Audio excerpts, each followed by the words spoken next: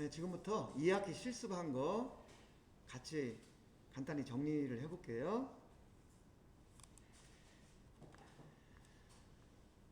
여러분들 여러 번을 그 얘기했는데 RZ가 뭐냐 하니까 계속 10점 평균 거칠기라고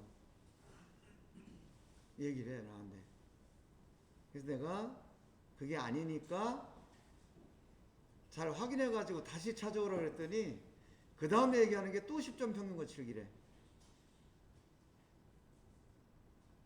그런데 그러면은 여러분들이 왜 자꾸 이걸 10점 평균 거칠기라고 나한테 우길까? 이유가 뭘까요?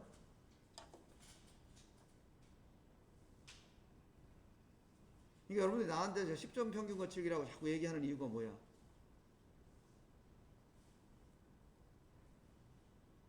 인터넷에서 여러분들이 자료를 검색하다 보니까 거기서 10점 평균 거칠기라고 나오니까 그걸 갖다 쓰는 거예요. 그죠? 그러면은 인터넷에는 왜 10점 평균 거칠기라고 이걸 소개를 할까?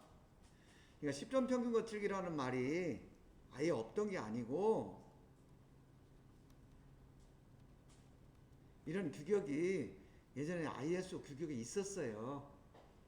그래서 여러분들이 지금 생각하는 RZ은 이렇게 하는 거죠.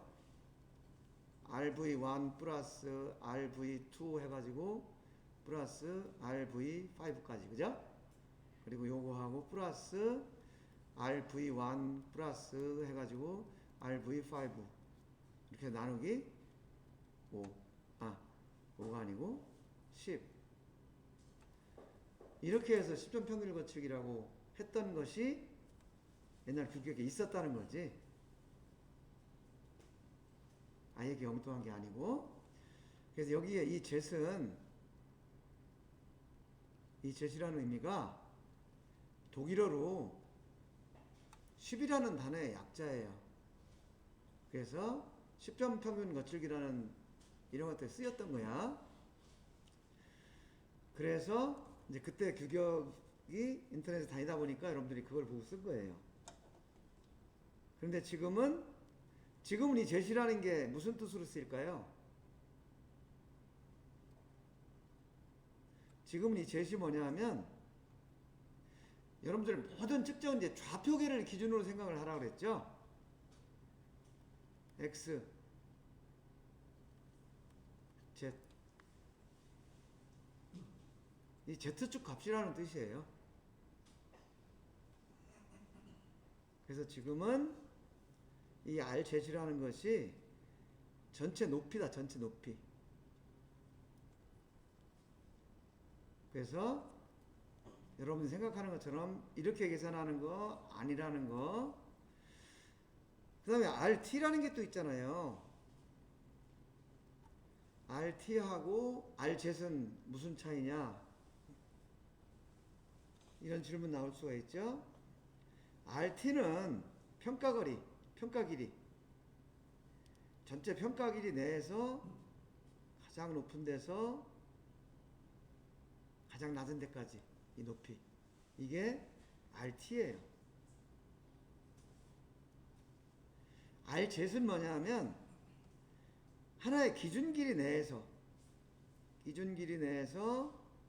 가장 낮은 데에서 가장 높은 데까지.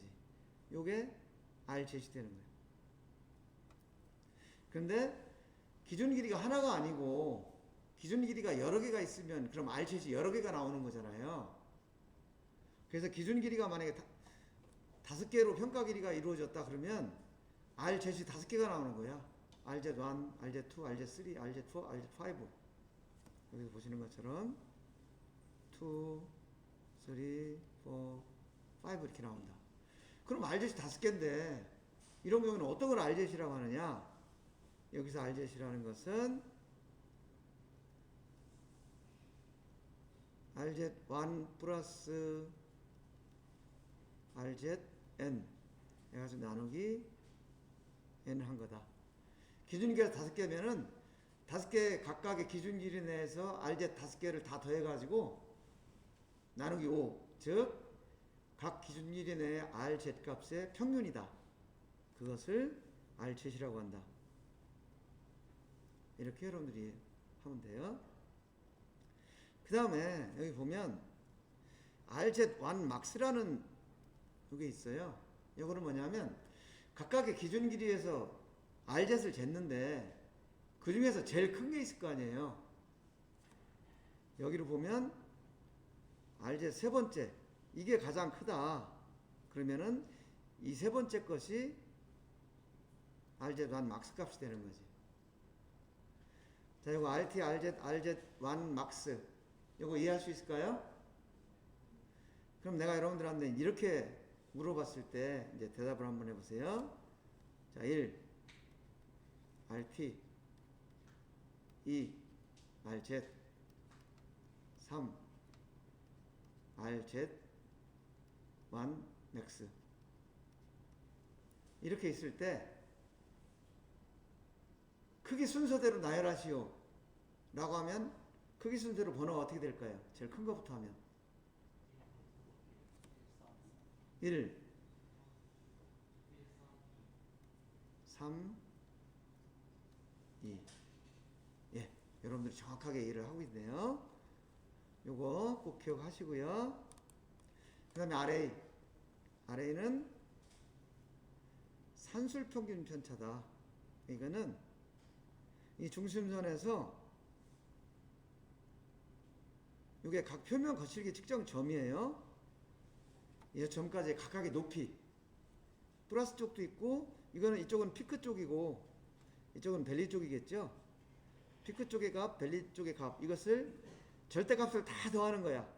여기처럼 절대값을 다 더해가지고 그것을 n으로 나누는 값 이게 RA다. 여기서 절대값을 취하는 이유는 플러스 마이너스에서 0이 될 수가 있기 때문에 그 0을 방지하기 위해서 절대값을 취해서 다 더해서 그것으로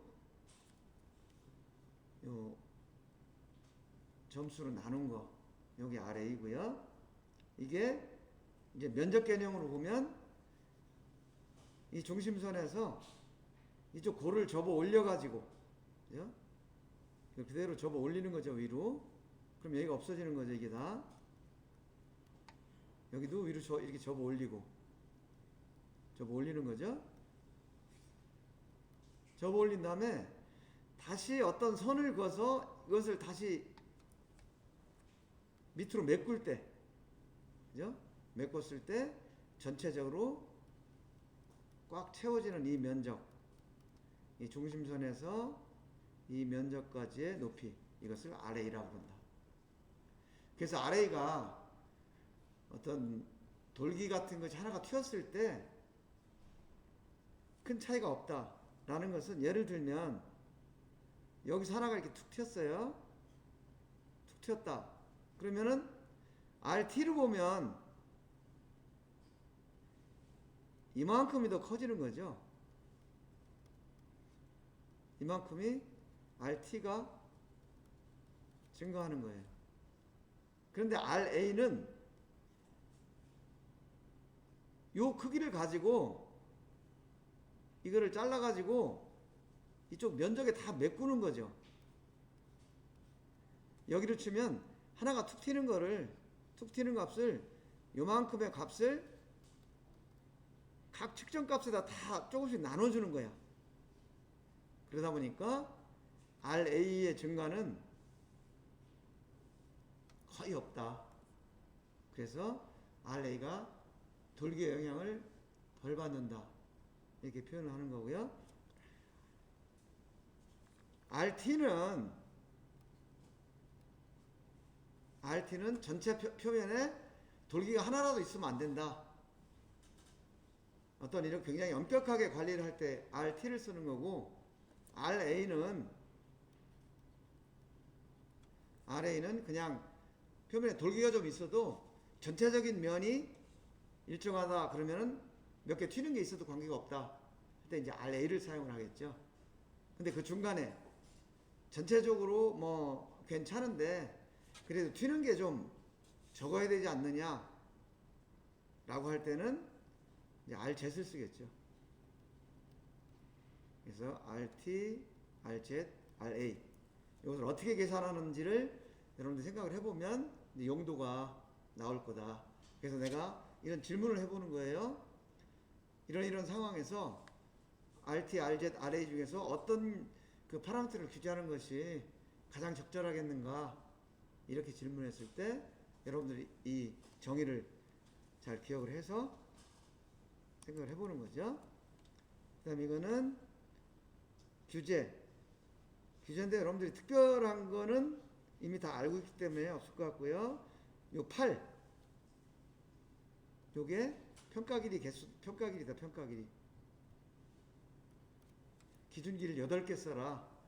만약에 이 특별한 이 표시가 없으면은 요거는 기준 길이가 5개가 되는 거죠. 지금 여기 8개 쓰라고 했는데 요거 하고 그 다음에 요거 맥스룰을 적용해라. 평가할 때 만약에 이 기호가 없으면 기본이 16% 룰이다. 요거고 여기에 0.8이라는 게 컷오프죠. 컷오프고 이 기호가 앞에 붙으면 고역이라고 그랬어요? 저역이라고 그랬어요? 이 기호가 앞에 붙으면 고역 필터. 그죠? 뒤에 붙으면 저역 필터. 이렇게 구분이 된다고 그랬죠. 그래서 우리 진원도 측정할 때는 150하고 뒤에 붙었죠. 저역 필터라는 뜻이에요. 자, 고역 필터와 저역 필터의 개념은 이미 다 충분히 이해하고 있죠? 오케이. 그 다음에 16% 룰일 때 어떤 상태로 평가를 한다. 표면 거칠기는 전체 면의 그 거칠기를 규제를 하는 거고, 뭐 흠집이라든지 긁힌 거라든지 이런 거는 표면 거칠기로 치고 안 한다 그랬죠. 그거는 별도로 관리를 하고 표면 거칠기는 정상적으로 가공된 상태를 가지고 따진다. 근데 한 번을 딱 측정했는데 규격값의 70% 이내 그 측정값이 들어왔다. 그러면은 이 면은 잘 가공된 거다. 그러니까 합격. 연속적으로 3번이 합격 시수에 들어왔다. 그럼 나머지 표면도 잘 가공됐을 거라고 가정을 하고 합격을 시킨다. 근데 3번째가 불합격이다. 그러면 6개를 측정해 보자는 거죠. 6개가 무슨 의미냐? 6개 중에서 1개. 이것까지 합격이라는 거거든요. 6개 중에서 1개는 100개 중에 16개, 50개 중에 8개. 이런 식으로 하는데, 50번 측정할 수 없잖아요. 그러니까 16%를 최대한으로 줄여서 그 분량 개수를 따진 게 분량 개수 하나일 경우를 16%를 따져보니까 6번이 되더라는 거죠. 그래서 6군데를 측정해서 그 중에 하나만 분량이면 합격으로 처리한다. 이런 뜻이 없고요. 맥스룰은 어느 한 곳도 규격치를 초과하는 것이 있으면 안 된다. 그래서 맥스룰을 적용할 경우는 특별히 맥스라는 표시를 해주고 이것이 없으면 기본적으로 16% 룰을 적용한다. 라는 거 얘기했고요. 요거는 아까 얘기한 거. 이 6개. 6개 중에 1개. 요게 16%다. 라는 거고요. 그 다음에 진원도 측정기에서 흔들림 측정했죠. 우리가 센터 지지대에서 측정을 할 때 설명을 한 것이 이런 설명을 했었죠.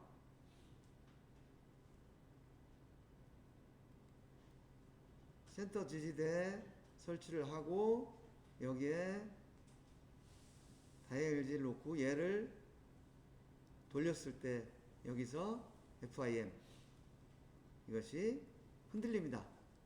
이거 설명하면서 그때 무슨 얘기를 했냐면 진원도 플러스 동심도가 흔들림이다. 이렇게 얘기를 했죠. 진원도 동심도 두 개 다 0이다. 그럼 뭐 당연히 흔들림이 0일 거고,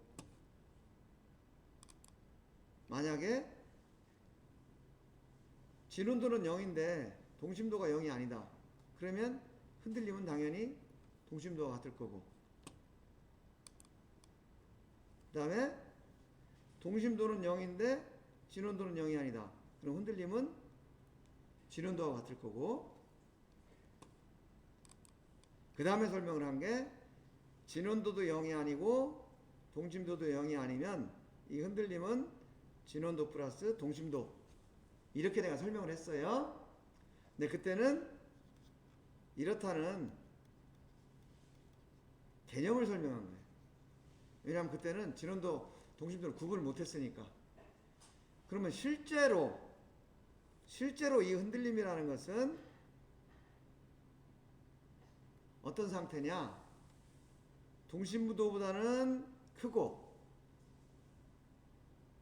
진원도 플러스 동심도보다는 작다. 그런데 이론적으로는 같을 수가 있어요. 그래서 흔들림의 개념은 동심도보다는 크거나 같고 진원도 플러스 동심도를 한 것보다는 작거나 같다. 이렇게 설명을 했어요. 그래서 여러분들 저기서 측정할 때 직접 그 내가 확인을 시켜줬죠. 이게 데이터메이라서 여기는 편집량이 제로다 이런 거. 그거 기억하시고요. 이 개념 중요하니까 꼭 기억을 하세요. 그 다음에 우리가 측정한 게 요 위치도 하고 대칭도 계속 반복 측정을 했기 때문에 이것은 뭐 더 설명 안 해도 여러분들이 너무 잘 알 거예요. 근데 여기서 내가 한 가지 여러분들 정리해 준다 그랬죠. 데이텀에 M 기호가 붙었을 때 요거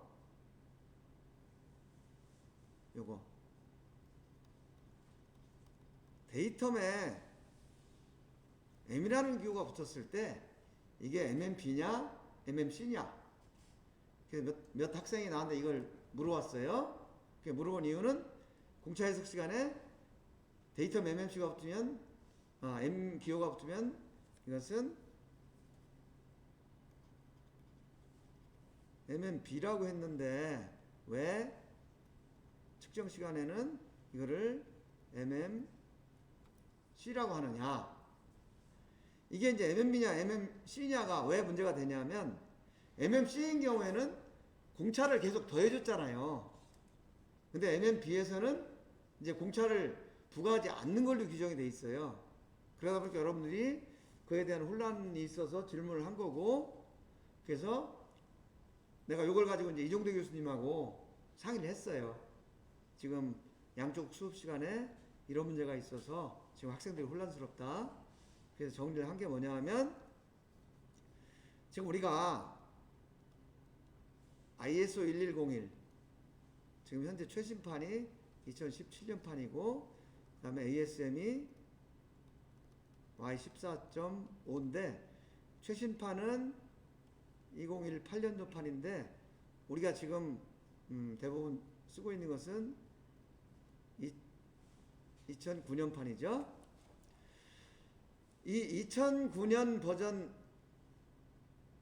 이전에는 이거를 MMC로 썼어요. MMC로 썼는데 이제 그러다 보니까 문제가 단순한 데이텀과 형체가 단순한 관계에서는 MMC에다 계속 그 데이텀의 공차를 부과를 해도 문제가 없는데 이제 이 데이텀을 기준으로 형체가 다양하게 패턴이라든지 이런 것들이 다양하게 있다 보니까 어떤 경우에는 맞고 어떤 경우에는 안 맞고 어떤 경우에는 또 그 중에 일부만 추가가 되고 이런 경우가 생겨서 이제 혼란이 생겼다는 거죠. 그러다 보니까 실제 측정 결과와 조립성이 일치하지 않고 또 그러다 보니까 실제 현장에서도 혼선이 생기고 그래서 2019년도에 결정을 한 게 뭐냐면 데이텀에 MM이 붙으면은 이거는 MMB다. 그리고 여기에는 공차를 추가하지 않는다. 라고 이 2009년 버전에서 명확하게 이제 정의가 됐어요. 그래서 이것을 우리 학생들이 경우를 따라서 뭐 이런 경우는 이렇고 저런 경우엔 저렇고 이렇게 했을 때 너무 혼란스럽고 또 실제 현장에 가면 MMP를 적용해야 되기 때문에 이 데이텀에 M이 붙는 경우는 MMC가 아니고 MMB로 하는 걸로 이렇게 결정을 했어요. 그래서 여러분들이 지금까지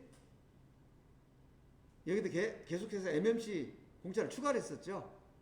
그래서 이 시간 이후에서는 데이텀에 M이 붙어도 공차 추가를 하지 않는 것을 원칙으로 한다 라는 거 정리를 해드릴게요. 이해하셨죠? 그리고 그 실습을 하면서 또 한 가지 이제 여러분들이 명확하지 않았던 부분들이 뭐냐면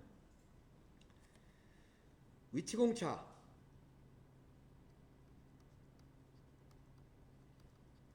위치공차가 주어지면 우리는 측정을 하죠. 측정을 하는 것이 위치공차예요, 편차예요? 위치도, 대칭도 이런 거를 측정을 한단 말이에요. 측정을 하는데 여러분들이 이 개념을 좀 명확하게 구분을 해야 돼요. 뭐냐 하면 우리가 이런 것을 측정을 할 때 위치하고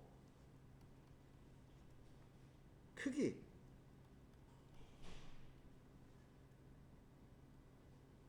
이거를 여러분들이 명확하게 구분을 해서 생각을 해야 된다는 거죠. 위치도를 구한다. 대칭도를 구한다. 이거는 위치를 계산하는 거예요.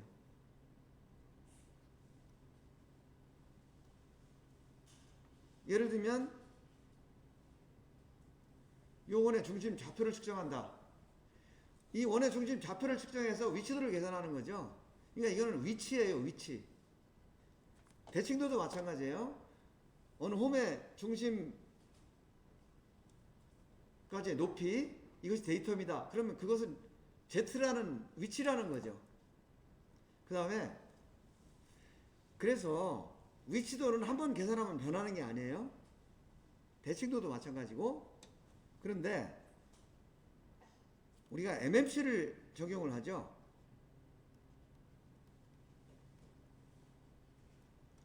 MMC를 적용하는 것은 크기하고 관련된 거다. 그래서 MMC를 적용하면 불합격이었던 것이 합격이 되는 이유가 크기가 변하기 때문에 추가 공차가 생기기 때문에 그런 거예요. 그거 이해하시겠죠?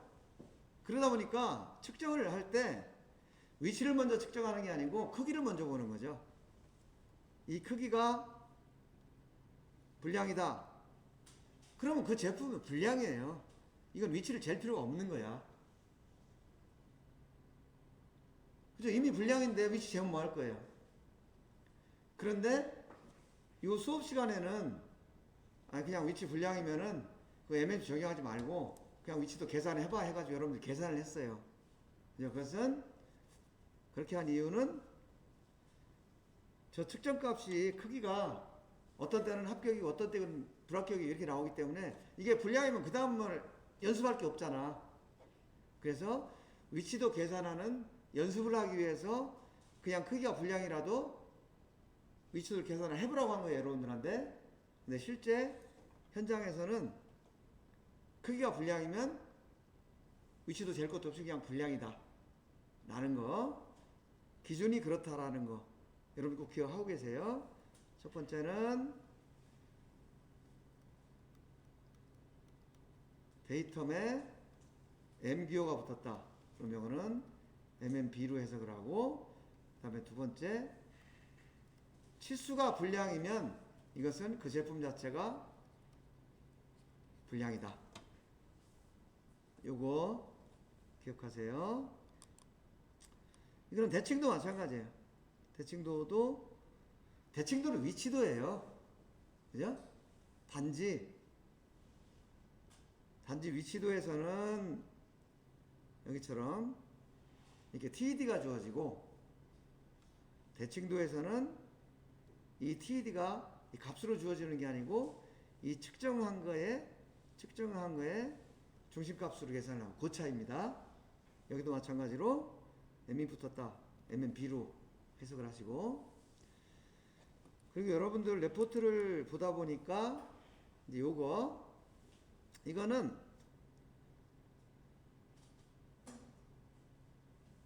여기 곱하기 2가 있다는 거는 똑같은 규제를 이쪽에도 해야 되는데, 이쪽에도 똑같이 규제를 해야 되는데, 이쪽하고 똑같으니까 양쪽에 한 번에 규제가 두 군데 다 적용하라, 그런 뜻이에요. 근데 요거를 이제 헷갈려가지고 이렇게 질문하시는 분들이 있어요. 이게 있으니까 혹시 이 대칭도를 이쪽에 있는 거를 측정해가지고 얘의 중심을 기준으로 얘의 대칭도를 계산하라는 거 아니냐, 이렇게 물어보는 경우가 있었어요. 근데 그거는 여기에 데이터명이 B라고 분명히 돼 있기 때문에 그건 아닌 거죠. 이런 질문이 하나가 있었고, 또 한 가지 질문이 뭐가 있었냐면, 위치도는 여기 이렇게 TD가 주어졌어요. 근데 대칭도의 데이터명이 분명히 B라고 그랬는데, 이 B의 의미는 이 값을 측정을 해가지고 그 측정값의 중심값으로 데이터명을 삼으라는 거죠. 그래서 이것을 이거를 측정을 해서 나누기를 해야 되는데, 이거 자체를 가지고 110 나누기 2를 해서 이거를 데이터명을 해야 되나, 이렇게 고민하시는 분들이 있고, 또 어떤 분들은 여기에 M자가 붙어 있으니까 이거의 MMC가 110.08이니까 이거 나누기 해가지고 이걸 데이터로 해야 되나, 이런 그 혼선을 이렇게 일으키신 분들이 있어요. 근데 이거 아니고 대칭도에서는 데이터 요거다라는 거, 이거 꼭 기억하시고요. 그 다음 요거는 표면과 칠기였죠. 우리가 RZ8, 그래서 기준 길이 8개로 해서 평가 길이를 했다는 거, 요거고요. 맥스를 적용하라는 거, 요거였는데, 이게 실제로 표면과 칠기 측정을 하다 보면 우리가 그냥 적당히 넘어가서 그렇지 여러 가지 질문이 나올 수가 있어요. 그럼 RA는 아무 얘기가 없는데, 그럼 RA 측정할 때는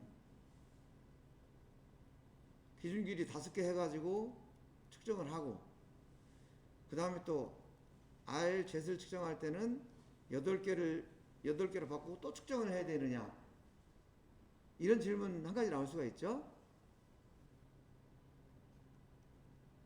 그 다음에 또 한 가지 질문은, 그러면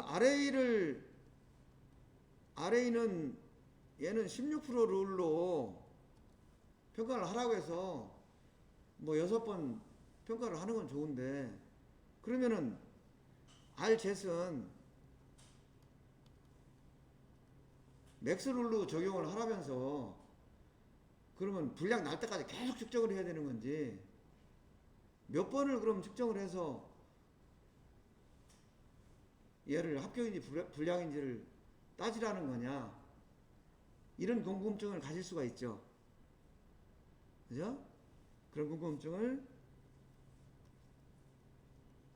가질 수가 있다. 그래서 이거는 우리가 요번에 시험에는 안 낼 테니까 차차히 생각을 해봅시다. 그래서 다음 시간에 요거에 대해서 집중적으로 요런 문제에 대해서 이제 논의를 좀 같이 해보려고 그래요. 다음 시간이라는 게 시험 볼 때 한다는 게 아니고 3학년 때 이제 통합측정 시스템이라는 과목이 있는데, 그때 이런 애매한 이슈들을 가지고 토론하는 그런 수업으로 진행을 해요. 그때 이제 같이 논의를 해보자는 거죠. 그 다음 요거는 우리가 흔들림을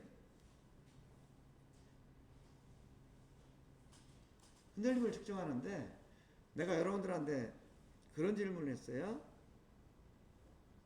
여기 흔들리면 데이텀이 있어야 측정을 하는데 그럼 어디를 데이텀으로 할 거냐 라고 했을 때 여러분들이 선뜻 대답을 못했어. 왜 못했냐 하면 몰라서 못한 게 아니고 이제 진원도 측정기를 처음 사용해 보잖아, 이런 식으로.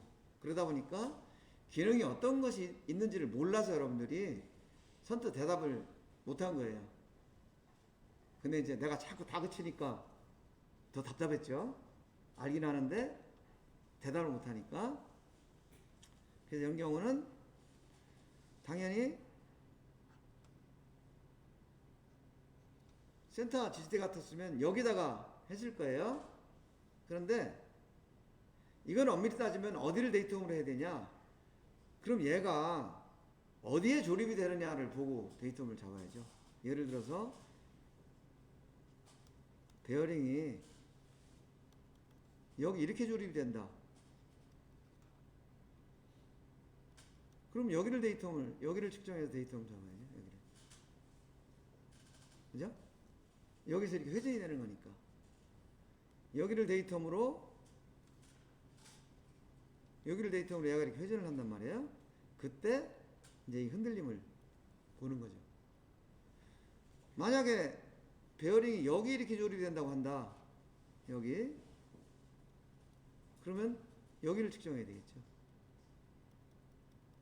그래서 이온하고 이온의 중심을 연결해서 이제 데이텀을 잡아야 되는 거죠.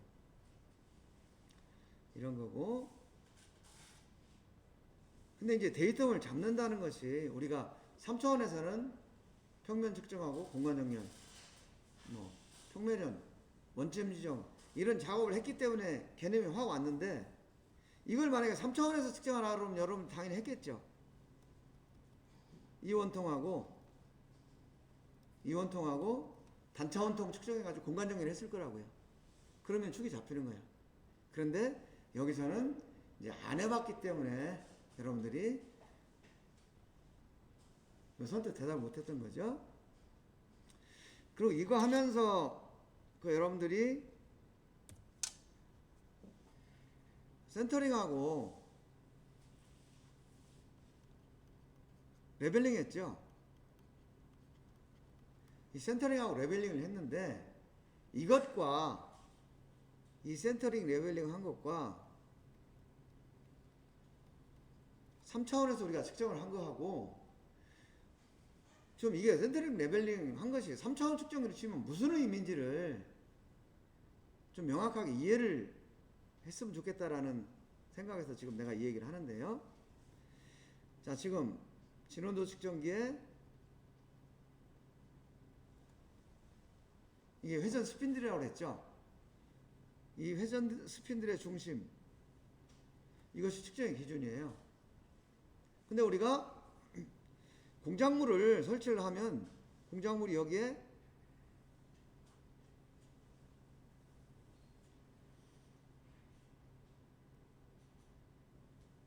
이렇게 놓인다는 거지. 그러면 얘가 어때요? 데이텀 축하고 중심도 안 맞고 축도 이렇게 경사가 지어 있는 거죠. 이렇게 되면 측정할 수가 없어요. 그래서 어떤 작업을 했냐면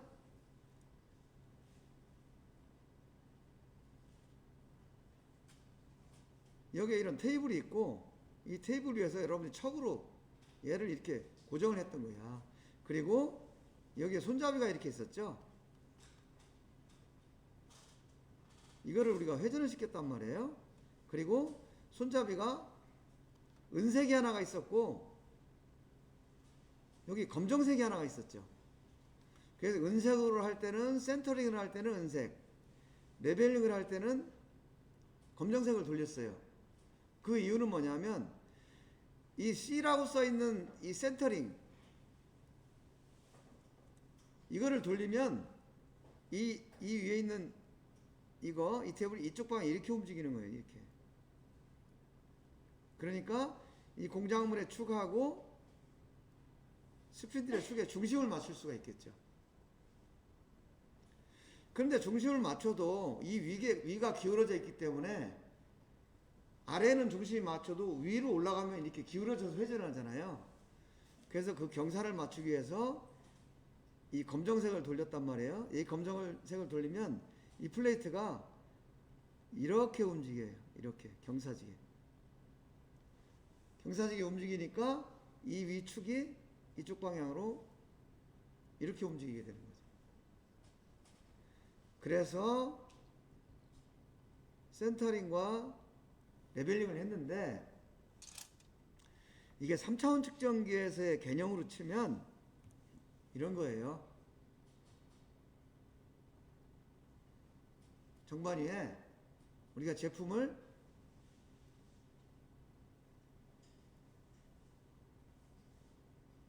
이런 제품을 놨어. 제품이 이렇게 있어도 MCS를 기준으로 얘가 놓여 있어도 측정은 가능해요? 안 가능해요? 측정은 가능해요. 어차피 측정 좌표가 작으니까. 그런데 문제는 뭐냐면 예를 들어서 이쪽 방향으로 이렇게 된 프로브로 얘를 측정을 하다 보니까 이쪽은 측정이 되는데 이쪽을 측정을 하려니까 여기가 걸려서 측정이 안 되죠. 그러다 보니까 측정의 효율성을 위해서 이렇게 하지 말고 이 제품을 가급적이면 기계 좌표계에 가급적이면 평행으로 설치를 하자. 그러면 이 프로브를 가지고 여기도 측정할 수 있고 여기도 측정할 수 있을 거 아니냐. 그죠? 그래서 이렇게 공작물을 설치했다 3차원에서 하는 개념이 뭐냐면 센터링 레벨링을 했다 이 개념이에요.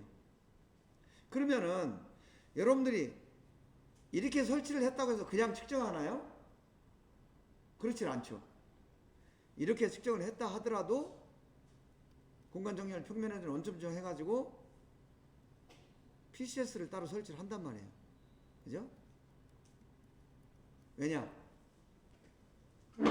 사람이 정확하게 맞출 수가 없기 때문에. 그죠?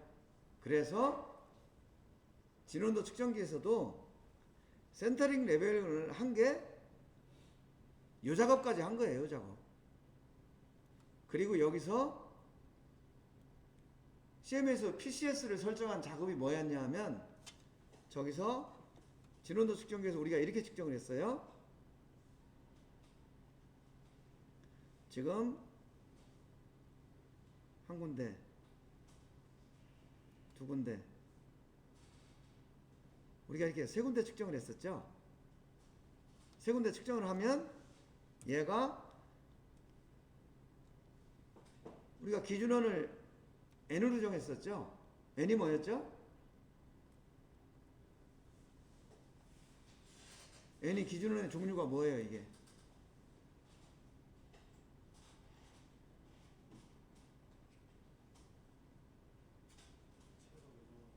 네, 최소 외접원이죠. 그러니까 측정한 형상을 가지고 최소 외접원을 이렇게 만드는 거예요. 최소 외접원을 계산해가지고 그거에 이제 기준을 만드니까 중심점을 계산하겠죠. 그래서 우리가 측정 결과에서 데이텀 섹션 했을 때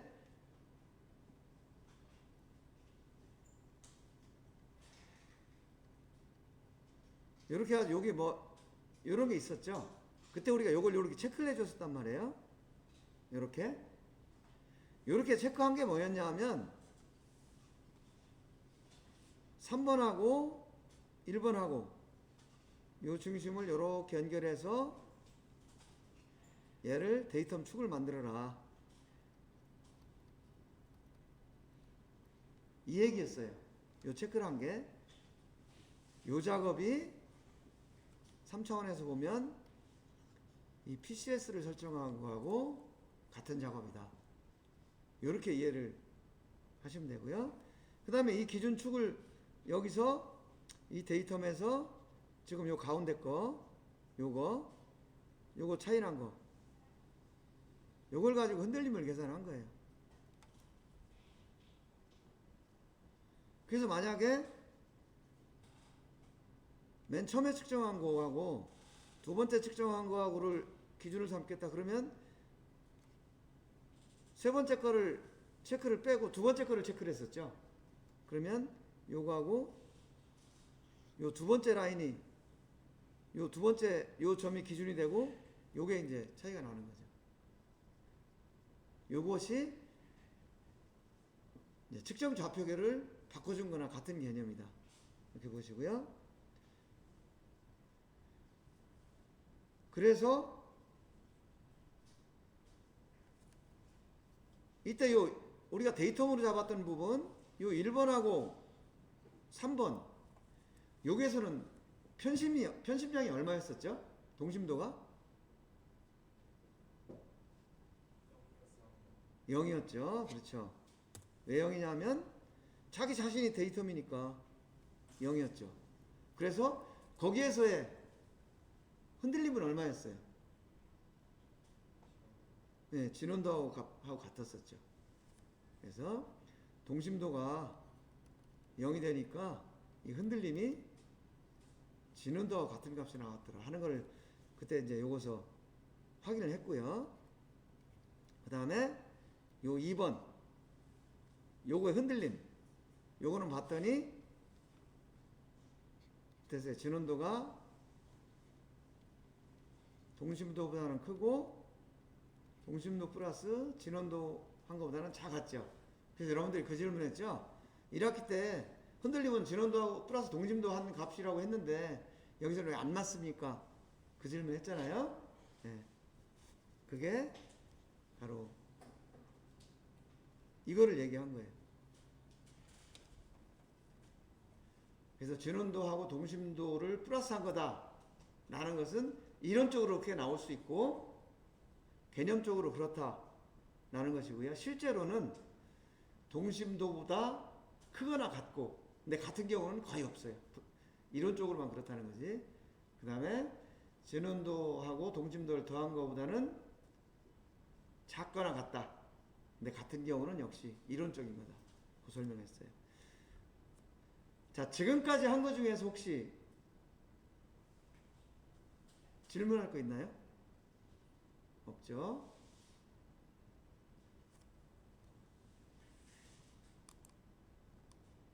요거는 진직도하고 평행도.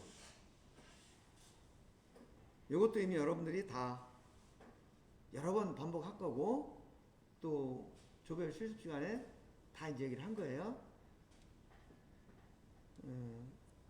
그래도 혹시 몰라서 하는 얘기인데 그래프를 그렸을 때 이렇게 나왔다. 그러면 이 상태에서의 최저점과 최고점의 차이 이게 뭐라고 그랬죠? 예, 이게 평행도예요. 그 다음에 요거만큼 보정을 하고 나서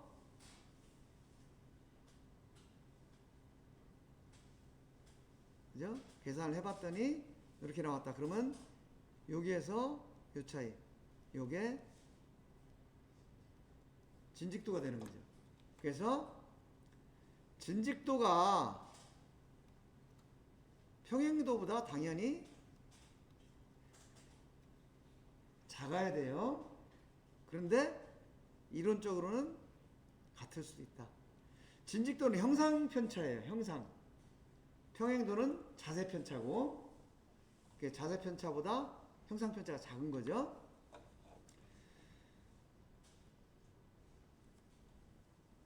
그리고 요 끝점이 0에 가까울수록 진직도하고 평행도의 차이는 줄어든다 라는 거고요. 그 다음에 여러분들 그 영상에서 우리 비대면 수업할 때 평면도 그거 봤죠? 그리고 레포트도 제출을 했을 텐데요. 거기서 보면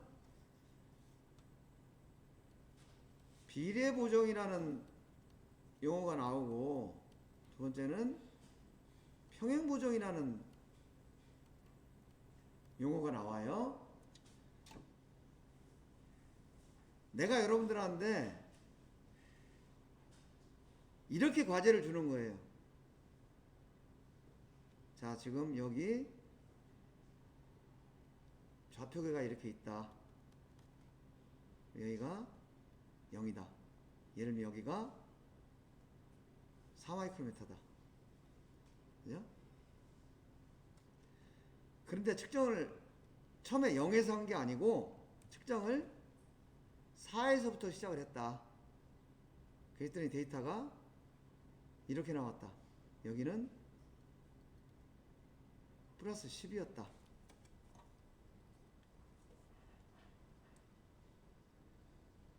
이렇게 과제가 나갈 거예요. 그럼 여러분들은 이거를 어떻게 계산할 수가 있어요? 두 가지 방법이 있는데, 이거는 여러분들 이거를 우리가 진직도도 여러 번 했어요. 그리고 평면도도 비대면을 했어요. 그걸 이해했다면 이거는 사실은 단순한 문제인데 직접 접촉해보지 않았기 때문에 이렇게 문제를 내면 풀 수 있을까요? 감이 금방 오나요? 안 오나요? 안 와? 이거는 이렇게 생각하면 돼요. 자, 여기가 초점이 0이면은 간단한데 0이 아니잖아요. 그러니까 각 구간에서 전부 다 마이너스 4를 해줘. 그러면 어떻게 돼요? 이게 그대로, 이 그래프가 그대로 0이 되고 이렇게 돼서 여기는 얼마가 되겠어요? 6이 되겠죠? 이렇게 전부 그냥 초점을 0을 만들기 위해서 다 밑으로 4마이크로미터씩 똑같이 내려놓고 시작을 해. 이것이 평행보정이라는 거예요.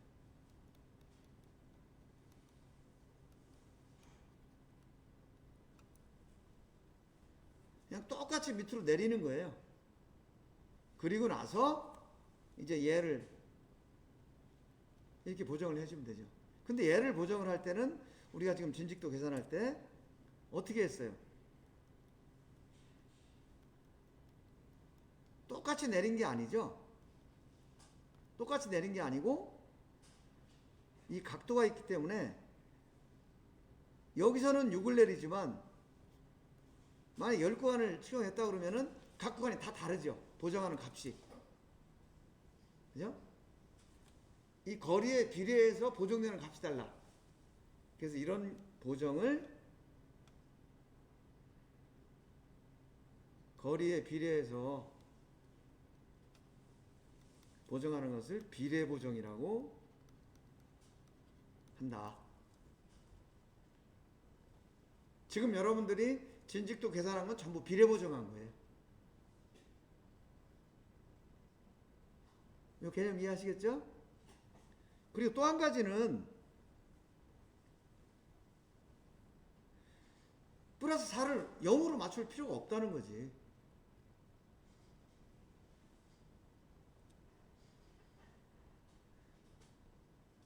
플러스 4를 0으로 맞출 필요가 없이 그냥 얘가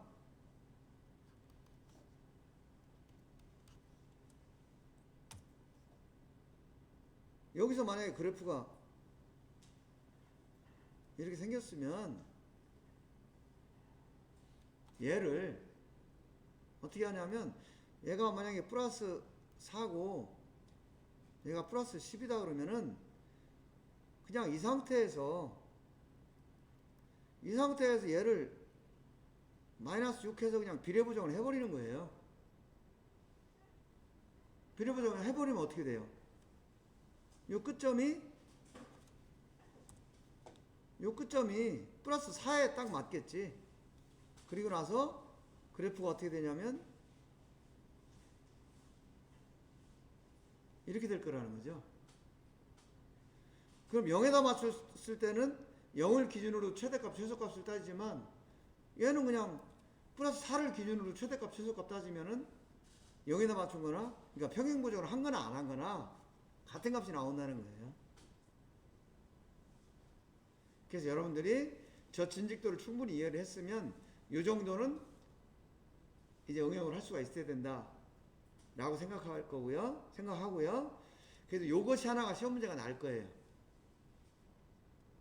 그랬을 때 평행보정을 해서 비례보정을 해가지고 진직도를 구할 건지, 아니면 그냥 비례보정 바로 해가지고 최대값 최소값을 플러스 4를 기준으로 할 건지, 그죠?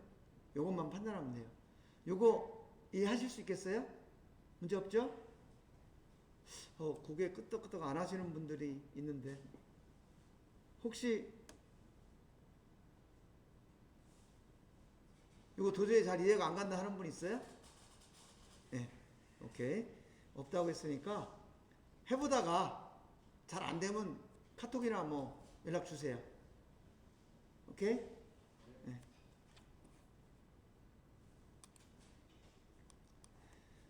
이거는 정말의 진직도. 얘는 이제 오토콜리메터하고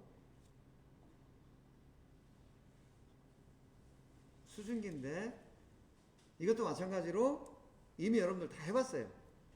해봤는데 개념 차이를 조금, 그러니까 이 보정하는 개념을 이해를 조금 헷갈려 하시는 분들이 있는데, 수증기하고 오토콜리메터는 얘네는 뭐를 측정하는 측정기죠? 각도를 측정하는 거예요. 각도. 수증기가 영어로 뭐예요? 영어 명칭이 몰라? 자, 그럼 내가 이렇게 해놓을게. 여러분들이 이렇게 얘기할 때, 야, 너하고 나하고는 수준이 안 맞아 할 때 그 수준을 뭐라 그래요? 영어로 레벨이 안 맞다 그러죠? 야, 우리는 레벨이 너무 차이가 난다. 아니면 야, 우리는 그 성적 평균 점수가 레벨이 다 비슷해. 레벨이라는 게 뭐예요?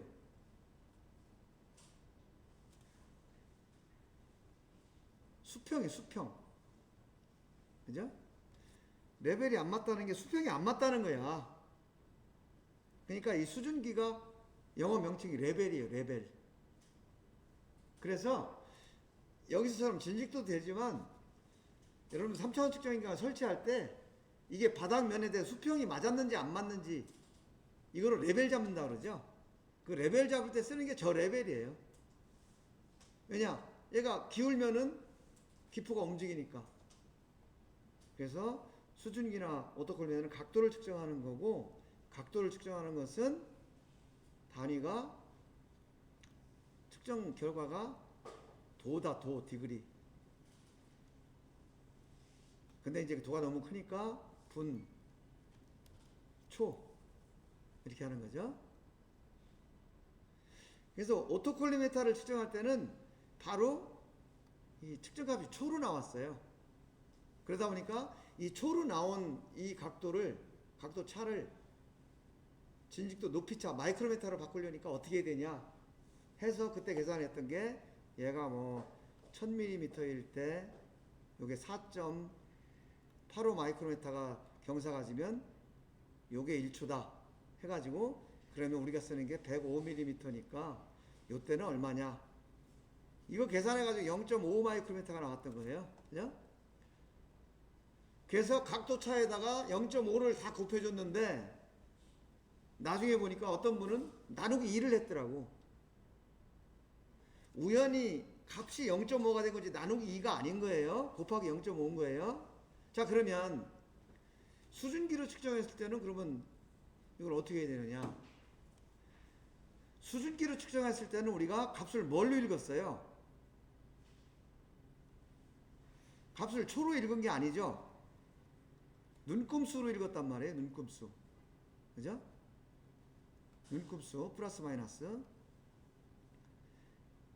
근데 그 눈금수가 무슨 뜻이냐 하면 여기에 기포관이 이렇게 있는데 기포관이 이렇게 있는데 그 수증기에 뭐라고 써 있냐면 1 디비전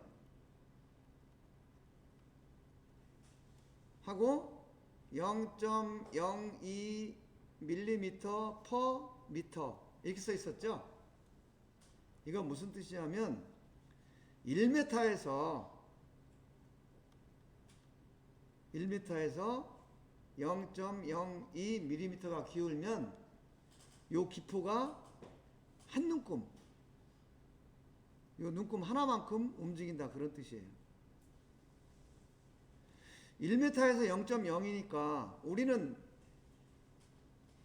얼마짜리 수증기를 썼죠? 요 밑변의 길이가 200mm짜리 썼죠? 200. 그죠? 요 200mm, 1000에서 0.0이니까 그럼 200에서는 얼마일 거냐? 요거 해가지고 여러분들 얼마 계산했었어요?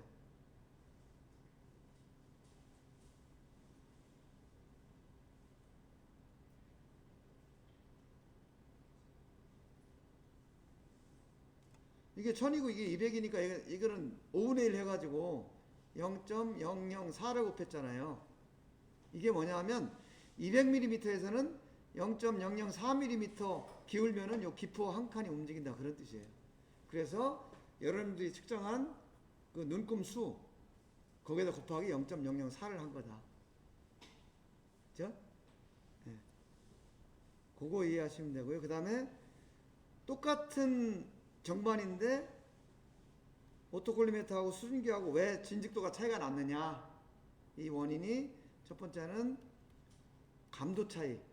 오토콜리메터는 민감하게 읽을 수 있지만 수증기에서는 감지를 못한다 이거죠. 감도 차이가 있고, 두 번째는 오토콜리메터는 105mm 간격으로 측정을 했는데 수증기는 200 간격으로 측정을 했다. 그래서 그건 뭐 개념적으로 보면 진직도가 이렇게 있다면 105mm 간격으로 하면 이렇게 다 측정을 할 수 있는데, 예를 들면 200mm 간격으로 하면 뭐 여기가 이렇게 측정을 하고 여기서 이렇게 측정을 하고 이렇게 크게 측정을 해야 되니까 이런 부분들을 잡아낼 수 없다. 그래서 차이가 났다. 이런 개념으로 우리가 설명을 했던 거고요. 요거 이해하는데 문제 없죠? 혹시 여기까지 해서 질문 있나요? 오케이. 그 다음에 요거는 우리가 지금 이걸 가지고 측정을 해서 CP, CPK 구하는 거였죠? 표준 편차 CP, CPK. 그 다음에 CP하고 CPK는 왜 구해야 된다 라는 거 제가 충분히 설명했어요. 그리고 중요성 설명했고, 그래서 마이크로미터로 측정하는 거 아무리 간단한 거지만 0점 조정부터 기본을 잘 지켜야 되는 이유가 그 측정 결과로 인해서 공정이 변할 수 있다는 것 때문에 그렇다라는 거, 측정인의 자세 이런 것도 얘기했죠. 그리고 단기가 뭐냐, 장기가 뭐냐 이런 거 얘기했고요. 그래서 이제 공정 능력이라는 게 뭐냐 라는 걸 먼저 정확하게 이해하는 게 중요해요. 공정 능력은 제조 공정 지금 이 핀게이지를 가공하는 뭐 연삭기가 될 수도 있고 그 생산하는 공정이죠. 이 제조 공정에 의해서 생산되는 제품의 품질,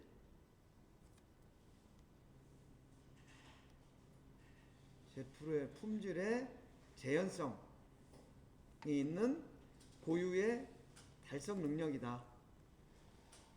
좀 복잡한가요?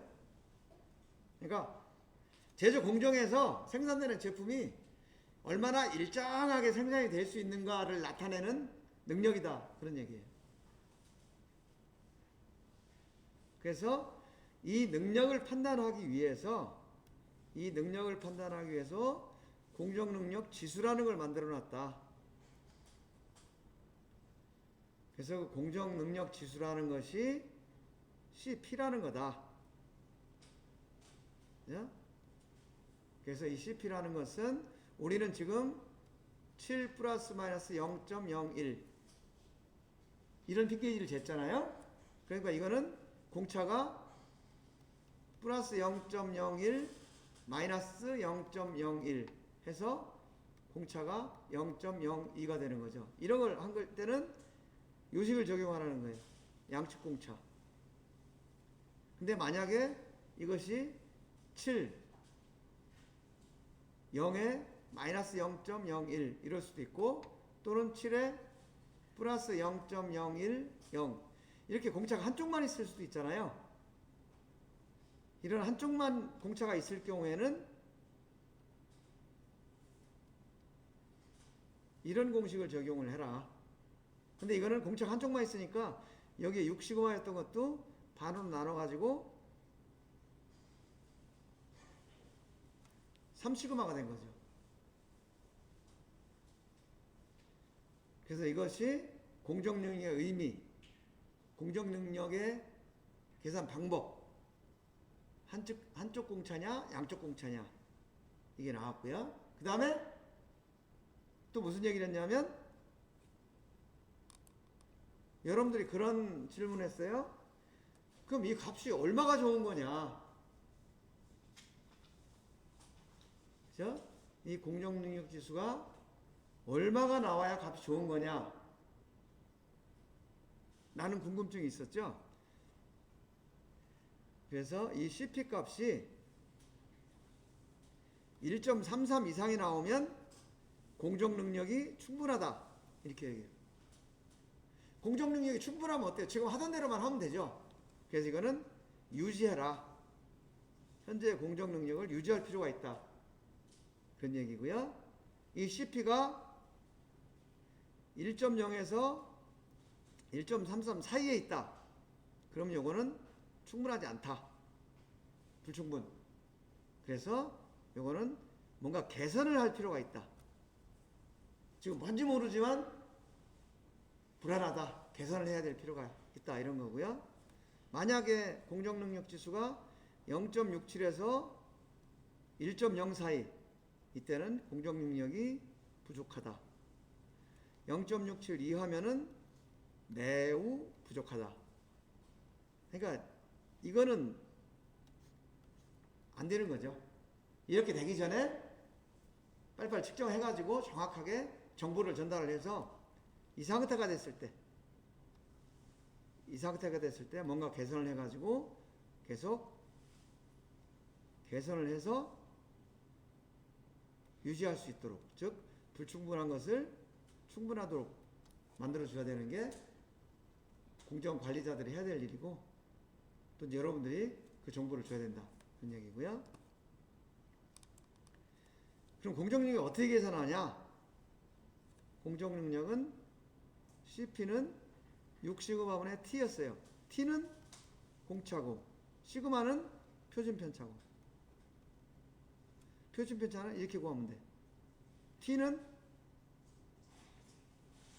플러스 마이너스 0.01이었으니까 이거는 0.02가 되는 거죠. 그래서 CP를 구한다. 그런데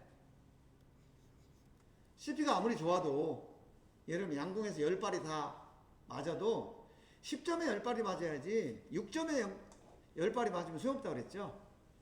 그래서 최종적으로 우리가 필요한 것은 기준값의 정확한 상태에서 CP가 유지가 되어야 된다. 그래서 그거를 CPK라고 했어요.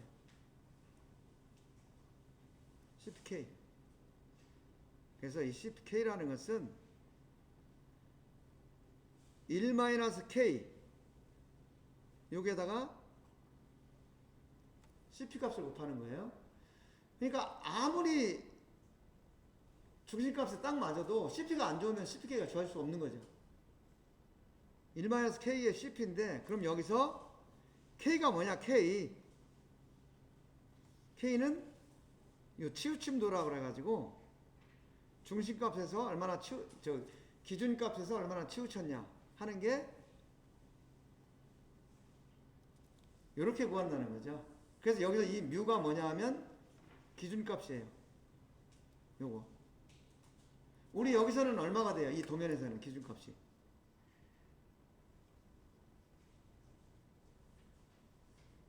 우리가 실습한 도면에서 기준값이 얼마가 돼?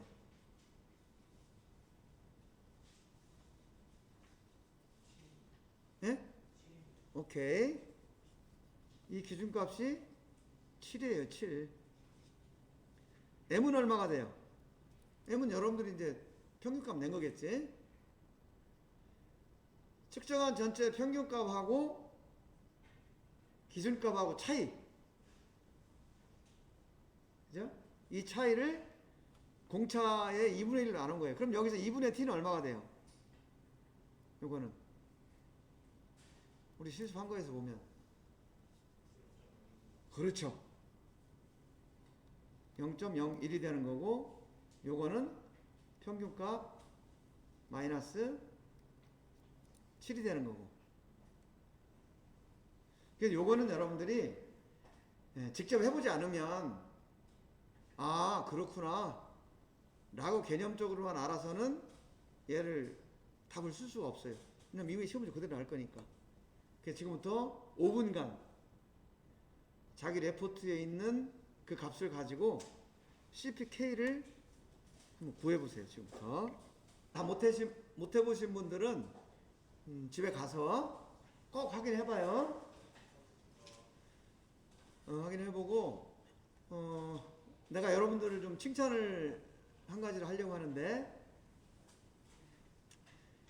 우리 학교의 커리큘럼이 내가 다녀본 세계 여러 곳 중에서 가장 잘 돼 있다고 여러분들한테 얘기를 한번 한 것 같아요.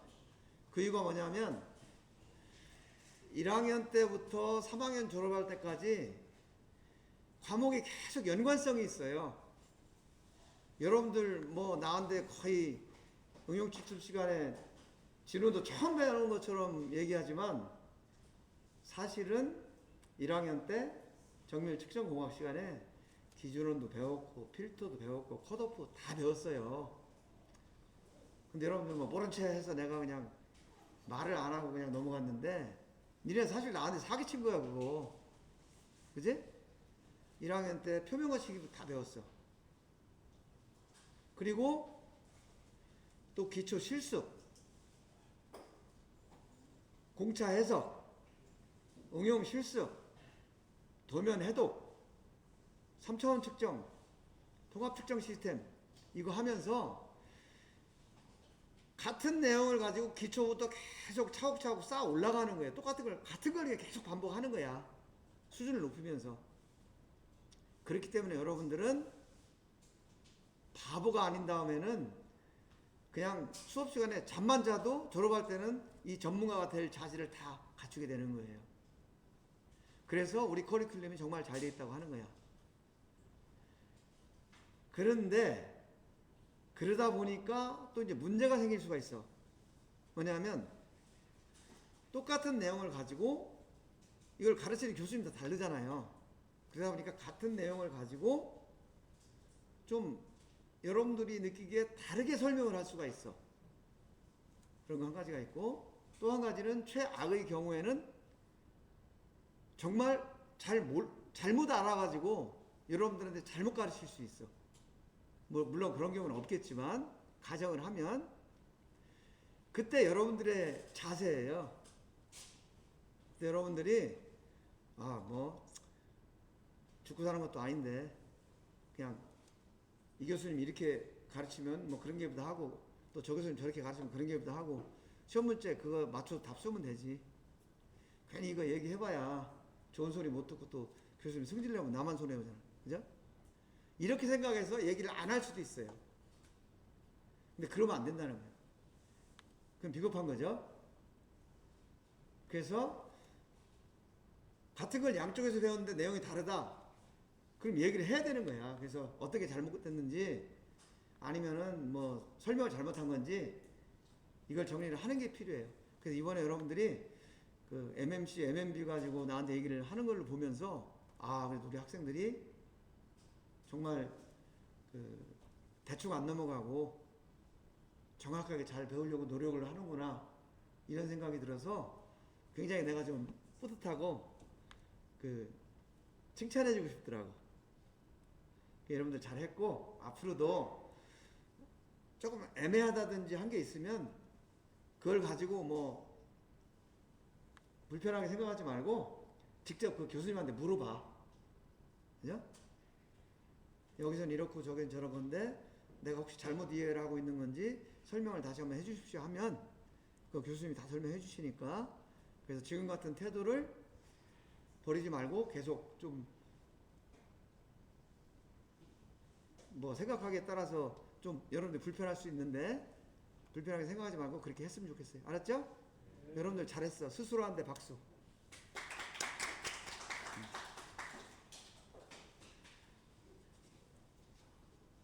그래요. 자, 오늘 수업은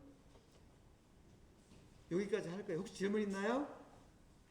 질문 있으면 카톡으로 하세요. 자, 여러분 늦은 시간까지 수고 많았습니다. 마칠게요.